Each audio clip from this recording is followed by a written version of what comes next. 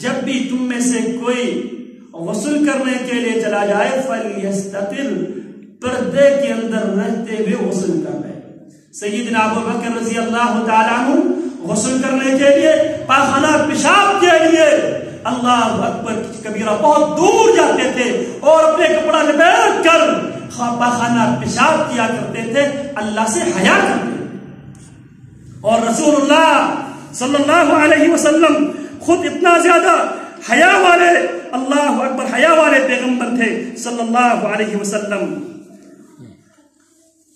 صحابی اللہ اکبر کبیرہ بیان کرتے ہیں پیارے پیغمبر علیہ السلام بہت زیادہ حیا کیا کرتے تھے.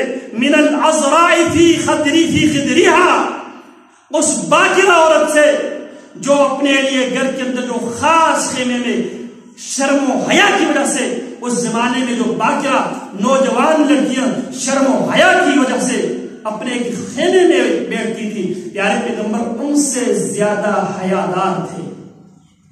اب حیا کے جنازے کو نکالا جا رہا ہے مسلم معاشروں کے اندر سے, اور جب حیا چلی جائے, شرم و حیا جب چلی جائے, ایمان خود بخود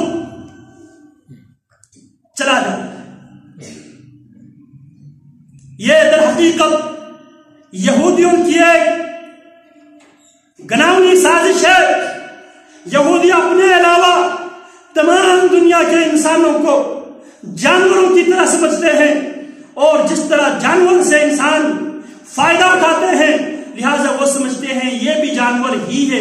اللہ رب العالمین نے ان تمام انسانوں کو جو یہودیوں کے علاوہ جو دنیا میں بستے ہیں, اللہ نے ان کو انسانوں کی شکل صورت اس لیے دی ہے تاکہ یہودی ان سے خدمات لینے میں یہودیوں کی آسانی ہو. لہذا یہ جانوروں کی طرح ہے, ہم جیسے اور جس طرح کی ہم خدمات لینا چاہے ہم لے سکتے ہیں. لہذا ان کا یہ نظریہ ہے. لہذا اب اس نظریے پہ کافی عرصے تک وہ خود دنیا میں محکوم رہے.